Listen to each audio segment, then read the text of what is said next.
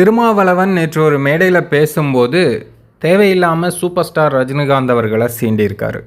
அதாவது ஒருத்தரை நம்ம எந்த அளவுக்கு வேணாலும் புகழ்ந்து பேசலாம், அது அவங்க விருப்பம். ஆனால் இன்னொருத்தரை குறைத்து மதிப்பிட்டு தான் அடுத்தவங்களை புகழ்ந்து பேசணும் அப்படின்னு எந்த ஒரு அவசியமும் இல்லை.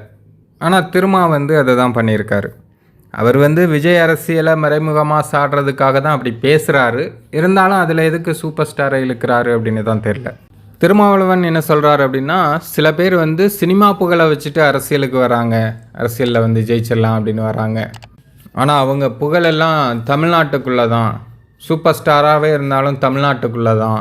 அல்டிமேட் ஸ்டாரும் தமிழ்நாட்டுக்குள்ளே தான். சுப்ரீம் ஸ்டாரும் தமிழ்நாட்டுக்குள்ளே தான். பவர் ஸ்டாரும் தமிழ்நாட்டுக்குள்ளே தான் அப்படின்னு பேசியிருக்காரு. சூப்பர் ஸ்டார்னா தமிழ்நாட்டுக்குள்ள, சுப்ரீம் ஸ்டார் தமிழ்நாட்டுக்குள்ள, அல்டிமேட் ஸ்டார் தமிழ்நாட்டுக்குள்ள, நம்ம பவர் ஸ்டாரும் தமிழ்நாட்டுக்குள்ள தான். சரி, மற்றவங்களை பற்றியெல்லாம் நம்ம பேசலை. சூப்பர் ஸ்டார் தமிழ்நாட்டுக்குள்ளன்னு இவர் எப்படி சொல்லலாம்? சூப்பர் ஸ்டாருக்கு உலகம் முழுவதும் ரசிகர்கள் இருக்காங்க அப்படிங்கிறது எல்லாருக்கும் தெரியும். இந்தியாவை தாண்டி அவரை உலகம் முழுவதும் நேசிக்கிறாங்க. அதுவும் மாற்று நாட்டுக்காரர்கள் கூட அவரை வெகுவாக நேசிக்கிறாங்க.